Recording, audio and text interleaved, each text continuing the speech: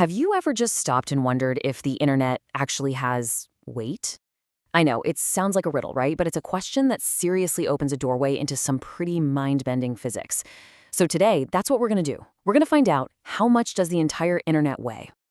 I mean, really think about it for a second. Every email you've ever sent, every cat video you've ever watched, every single website, all that information, it has to exist somewhere, right? So, does it have mass? Could you, theoretically put it on a scale? Well, for years, there's been this one famous answer that's been making the rounds, and it's captured just about everyone's imagination. It's simple, it's something you can hold in your hand, and yeah, it's probably not what you're thinking.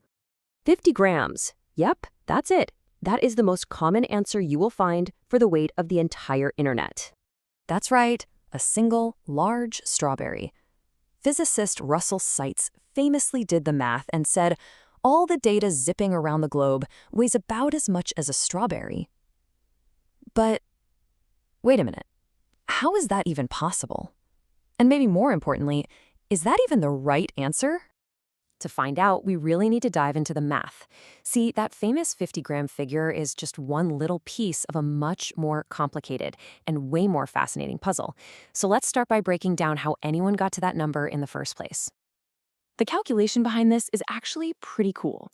It starts with estimating the number of servers that are powering the internet. We're talking tens of millions of them, and the insane amount of electricity they guzzle down, somewhere around 40 billion watts. From there, you can figure out the number of electrons flowing through all those circuits at any given moment. And that 50-gram number? Well, that's the grand total mass of all those moving electrons. So here's the absolute key. This calculation isn't weighing the data, not the ones and zeros that make up your photos and emails. Nope, it's weighing the electricity, the energy that's being used to make the internet run. This is the weight of the internet in motion. But what happens if we try to weigh the data itself? When it's just sitting still on a hard drive. And this brings us to a really fundamental distinction. To actually get to the bottom of our question, we have to think about two completely different internets. So on one hand, you have the internet in motion.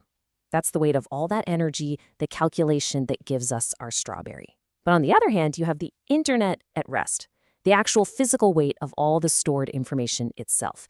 And that, my friends, is where things start to get really weird.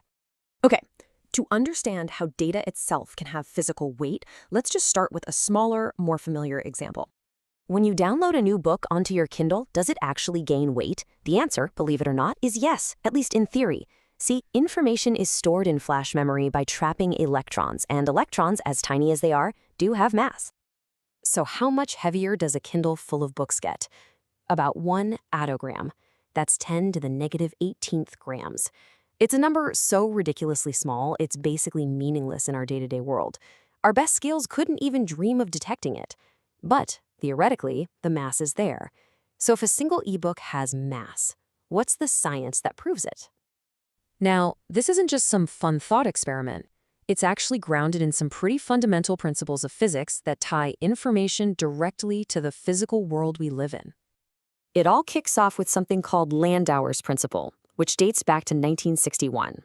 It basically states that whenever you erase one bit of information, say changing a 1 to a 0, you must release a tiny, irreducible amount of heat. Now, this was a revolutionary idea, because if processing information creates a real physical effect like heat, then information itself has to be physical. So, scientists took Landauer's idea and took it one giant step further.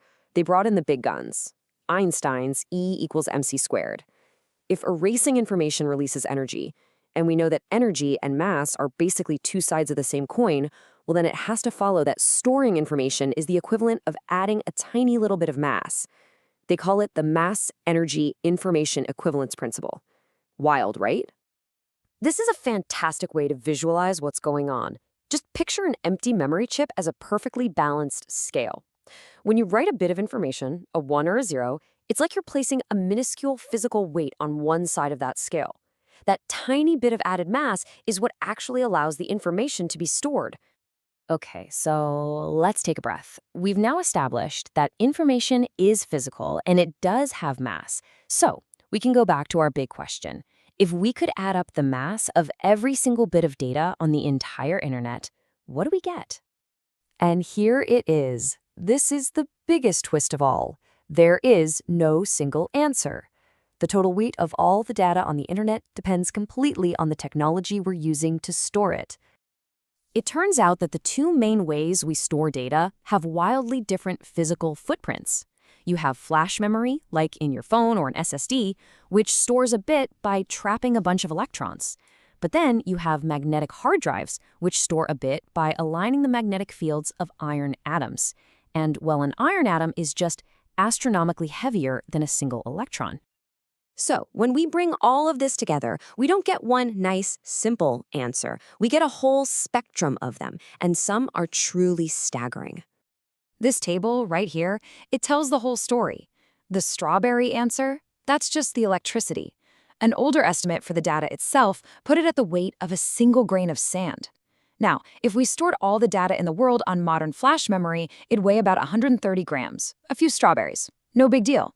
But since most of the world's data is still on those heavier magnetic hard drives, the internet actually weighs around 2.6 metric tons. That's about the same as a small truck. So how much does the internet weigh? The real answer is that the question itself is kind of incomplete. The internet's weight isn't a single number. It's a moving target that completely depends on what you're measuring and how you're measuring it. It is a strawberry, a grain of sand, and a truck, all at the exact same time. And this all leads to a really profound idea from the physicist who came up with the mass energy information principle. He argues that if information is physical, has mass, and can't be created or destroyed, maybe it's not just a property of matter. Maybe information is a fundamental form of matter itself, a fifth state right alongside solid, liquid, gas, and plasma. Which leaves us with one last question to just chew on. If something we think of as abstract, like information, is actually a physical part of our reality, what other fundamental truths about our universe are just sitting there, waiting for us to discover them?